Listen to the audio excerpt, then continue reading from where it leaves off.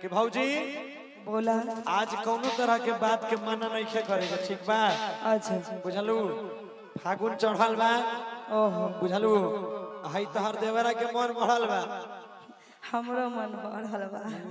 तोहरो मन बढ़ल बा, तब न हम माइक लेके घूमतनी। का सुन ना बोला एगो बात सुननी ह, का तोहर देवरवा से कोनो सेटिंग बा का? अरे हाँ हो कौनो बात सेटिंग के? सेटिंग तो बा शादियों करे के मन करता। अच्छा हाँ देवर से मतलब देवरे पे रहे के मन करता। मरद गइल तेल लगावे ना। हाँ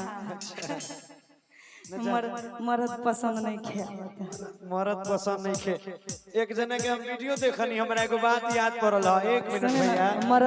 मर्द से मन भर गए। एक जने के वीडियो देखनी है, वो कहलक कि भैया हम LIC एजेंट हैं, तो हम बोले उसको क्या बात है, क्यों परेशान हो? कल के एगो लोन दिए थे एगो लड़की, एगो औरत को, महिला को, बेचारा पति बड़ा पैरवी लगा के लोन दिलवाया था, 2.5 लाख रुपया लोन दिए। जैसे लेडीज के नाम से लोन दिए, मर्द के दूसरे के साथ फरार हो गई, पति बेचारा जेल में बंद है, EMI भर रहा है। आजकल तो कोनो पे भरोसा ना आजकल। तो सुना बोला कि काहे खाती हाला घरे होता भौजाई, और हमारा के दाना तू साफ साफ बताई। इधर कि लहाई माइक जवान मुंह में बा बोली। का बोली आ देखो एक मिनट हल्ला नहीं, साफ सुथरा बात बताओ कि तू पति के साथे रहबू कि देवर के साथे रहबू? हम देवर साथे रहे। अच्छा तू देवर साथे रहबू, पति के कोनो इज्जत नहीं खे ना बाप रे बाप। सुना ना कह ना कि मारो मरदा के गोली, एहो हमारो मरदा के गोली खेलब देवरा से होले। आइएगा 1 2 3 4।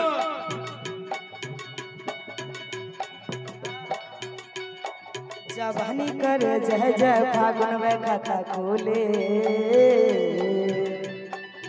उठाइए ना 1 2 3 4। क्या बात है?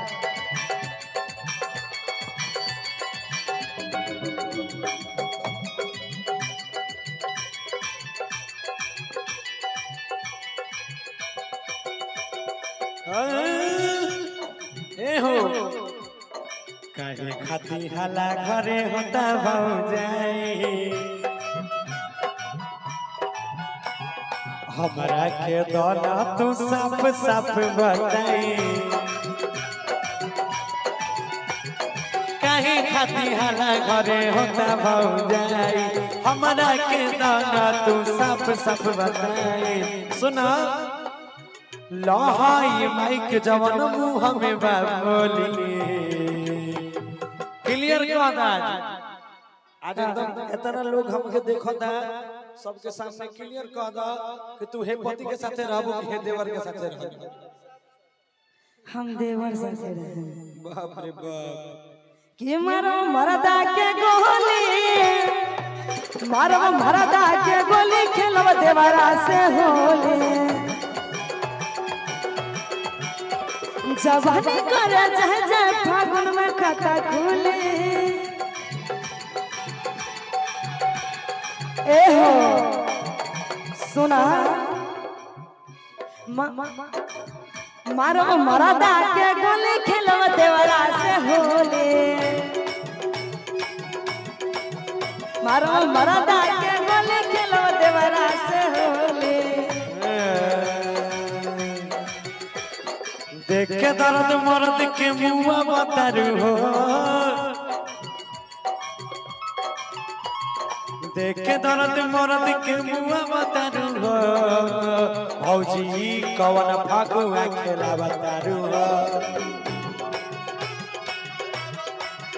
भौजी कवन फगुआ खेला बतारू हो। 2024 के फगुआ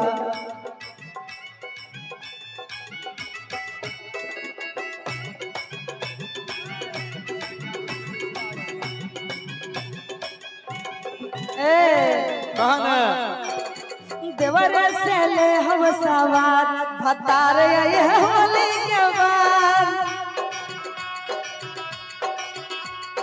मनुआ से ले हम सवार गौरव ये होली के बाद सुना बोला सुना भतरा में बाटे बनी जो देवरा पर जाई कम जो आए सुना पछतैबू तू कैला के बाद भता नहीं है होली के बाद ले भाई देवरा से अब हम सवार भतार ये होली के बाद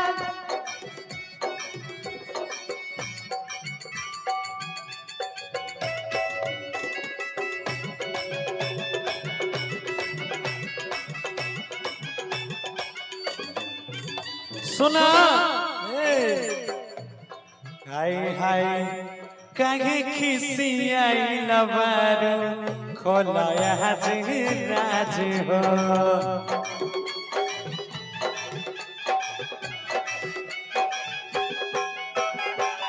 भंज काला पार ना भतार लौंडा बाज हो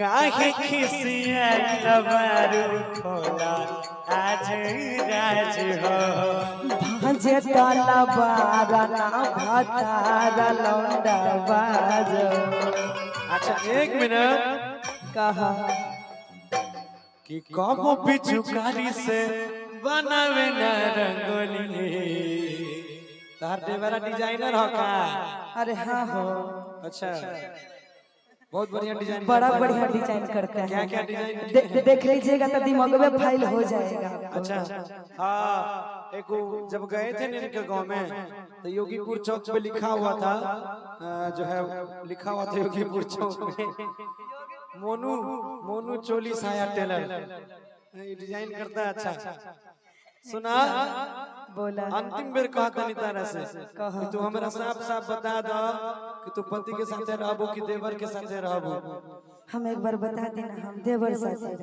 रहे अच्छा जब सूत लेनी वो सब कर लेनी तो हम वही साथे रहे ले आओ मांगो तारा महावीर बाबा कि मारा मरदा के गोली खेलब देवरा से होले मारा गौरव के गोली खेलब मनुआ से होले तुम तो धोखेबाज हो वादा करके भूल जाती हो तुम तो धोखेबाज हो वादा करके भूल जाती हो रोज रोज तुम जो सनम ऐसा करोगी रोज रोज तुम जो सनम ऐसा करोगी हम जो रूठ जाएंगे तो ठिठू वाली है कि तुम भी बड़ा चालाक हो मुस्कुरा के जलाते हो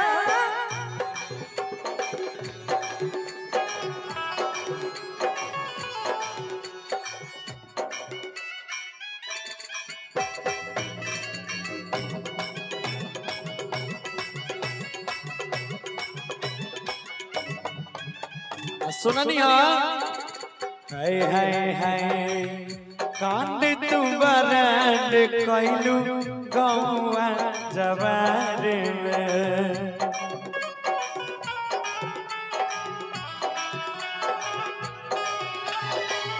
रह जाई बदेवरे साथे कहतानिया जो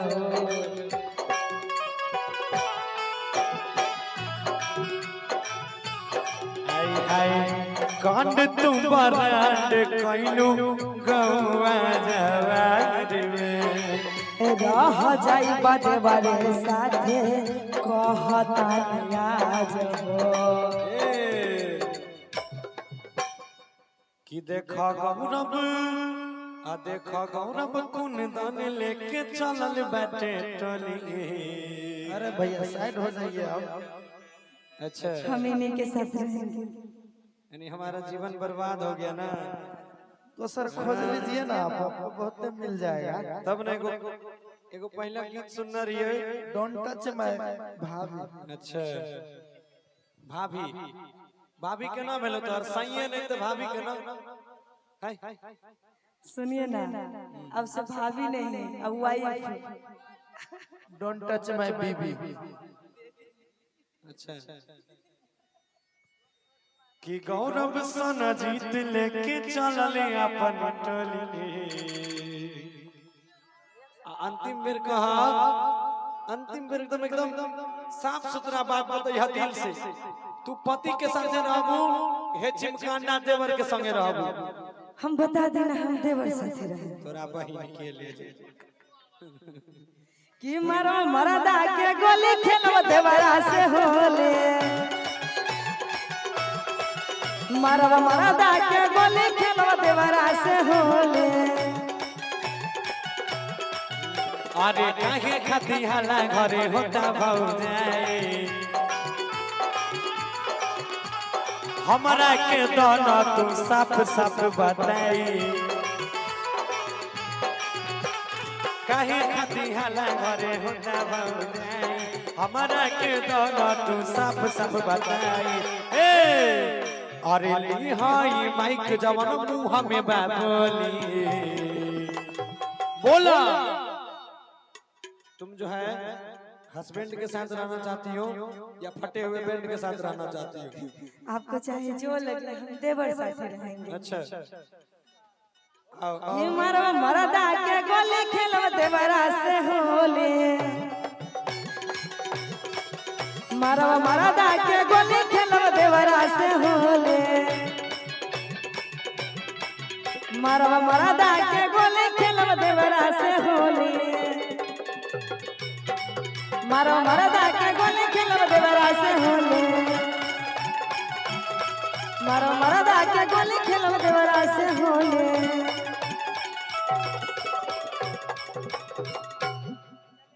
चलिए बहुत बहुत धन्यवाद। आइए